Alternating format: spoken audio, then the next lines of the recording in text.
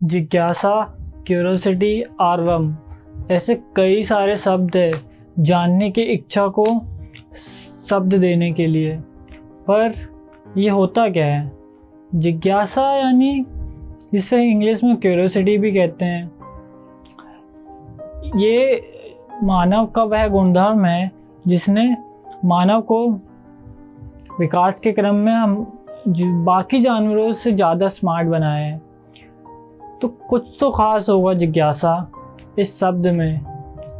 सारी जिज्ञासाएं जैसे कि human psychology, geopolitics, philosophy, business, marketing और इन जैसे बहुत सारी मज़ेदार चीज़ों के बारे में जानेंगे।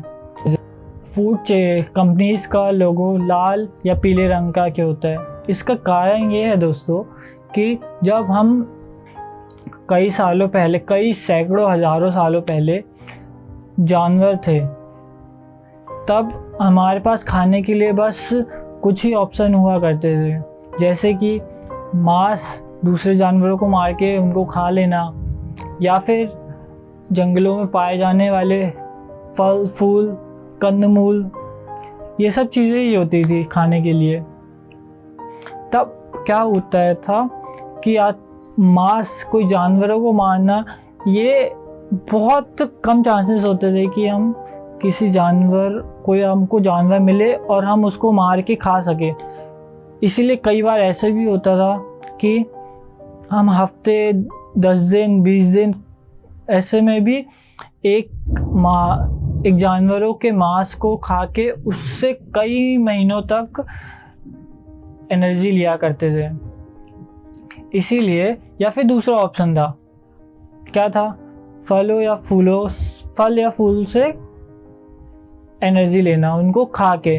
तो और आप देख सकते हो दोस्तों, ज़्यादातर जो फल होते हैं उनका कलर, सेब हो गया, संतरा, केला, इस टाइप के बहुत सारे फल है, आप देख लेना, ज़्यादातर का कलर लाल या पीले रंग का होता है, या फिर उनके शेड्स में होता है।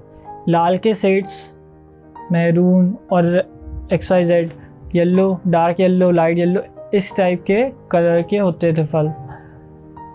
तो ये जो हमारे दिमाग की बिहेवियर है कि हम दूर से पहचान जाते थे कि यहाँ पर येलो येलो दिख रहा है तो वो फल होगा।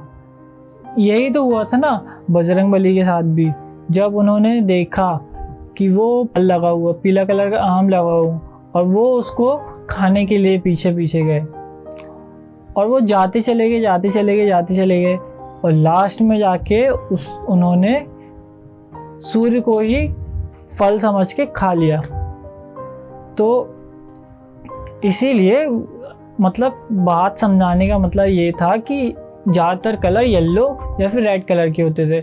इसीलिए जब भी इसी बिहेवियर को ट्रिगर करने के लिए फूड कंपनीज ने ये सोच समझ कर कलर रखा है कि जब भी बंदे को भूख लगे तब उसको लाल या पीला रंग दूर से ही दिख जाए, तो उसका वही वाला बिहेवियर ट्रिगर हो जाता है कि हाँ भाई खाना है, भूख लगी है, तो वो जाके उनके कस्टमर बन जाते हैं और उनका प्रोडक्ट ले लेते हैं, खाते हैं और अपना भूख मिटाते हैं। पहला क्यूरियोसिटी का जवाब। और दूसरी क्यूरियोसिटी, बिजनेस और जियोपॉलिटिक्स का क्या संबंध है? बिजनेस और पॉलिटिक्स का बहुत बड़ा संबंध है आपस में। क्यों? क्योंकि आप उदाहरण से अगर मैं समझाऊं तो आप रसिया का उदाहरण देख सकते हैं कि जब रसिया में शांति थी, कोई युद्ध नहीं छिड़ा था यूक्रेन से या फिर कोई और कंट्री से, तब बहुत सारे बिजनेस ऑपरेट कर रहे थे वहाँ पर। पर जैसे ही रूस ने यूक्रेन पर हमला किया और युद्ध चालू हुआ आपस में, तब धीरे धीरे करके बहुत सारी MNCs, विदेशी कंपनियां वहाँ से ऑपरेशन बंद करके अपने वापस आ गई। तो आप खुद ही देख सकते हैं कि बिजनेस किसी कंट्री में बिजनेस फले फूले बड़ा हो, ग्रो करे, उसकी इकोनॉमी में भाग दे, टैक्स ज़्यादा मिले, तो इसके लिए उस कंट्री में पॉलिटिक्स यानी प्रशासन, या फिर देखें तो प्रशासन मजबूत होना बहुत ज़रूरी होता है। ये संबंध होता है। अगर जियोपॉलिटिक्स स्थिर है तब तो बिजनेस भी स्थिर रहेगा, स्टेबल रहेगा और ग्रो भी करेगा साथ साथ में। बट अगर वहीं पर पॉलिटिक्स, जियोपॉलिटिक्स जो है वो हिली डुली हुई है किसी कंट्री की, तो वो सीधा असर डालती है उसकी इकोनॉमी में। इकोनॉमी चलाता कौन है? इकोनॉमी चलाते हैं बिजनेसेस।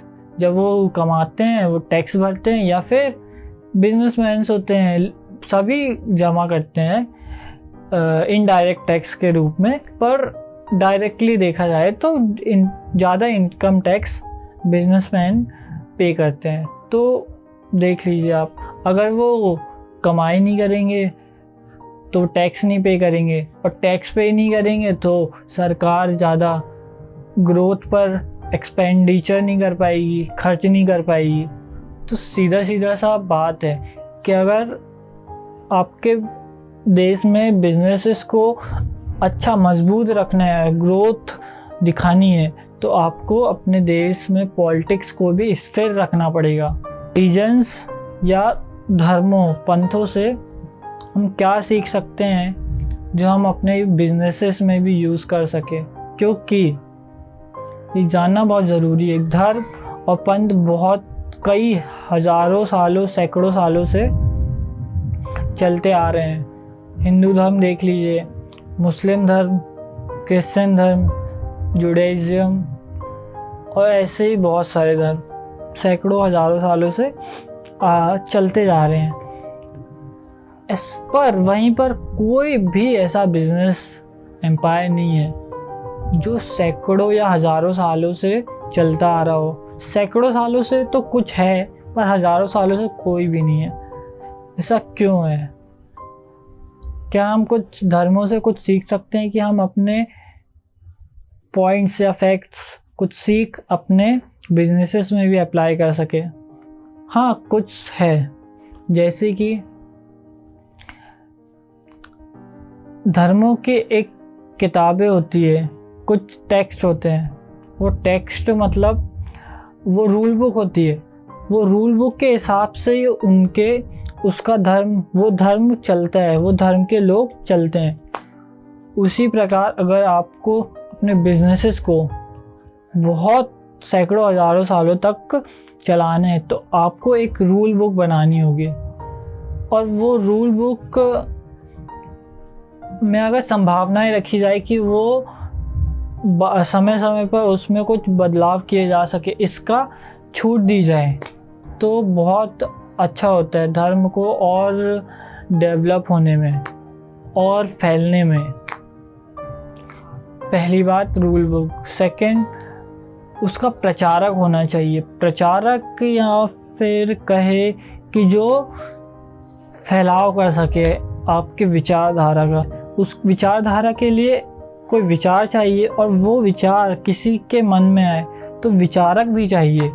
तो क्या आ जाता है कि आपके धर्म का एक फाउंडर होना चाहिए। वो क्लियर होना चाहिए कि ये फाउंडर है और इसके जो विचार है उसको हमें फॉलो करना है। सीधी सीधी बात है। तो रूल बुक और प्रचारक है ना, स्प्रेडर। मंदिरों के दरवाजे हमेशा छोटे ही क्यों बनाए जाते हैं? आप देखोगे ज़्यादातर मंदिरों के जो दरवाजे होते हैं जहाँ से हम जाते हैं अंदर, तो वो छोटे होते हैं ज़्यादातर। उसका ये रीज़न होता है कि जब कोई इंसान उस मंदिर में जाए, श्रद्धालु उस मंदिर में जाए भगवान की आराधना करने के लिए, तो उसको झुक के जाना पड़े। और झुक के जाना एक सिंबल होता है। सिंबल होता है कि अगर आपको भगवान के पास जाना है तो आपको झुक के ही जाना पड़ेगा। मतलब आपको अपने ईगो को साइड में रख के पूरा समर्पण भगवान के प्रति दिखाना होगा, तब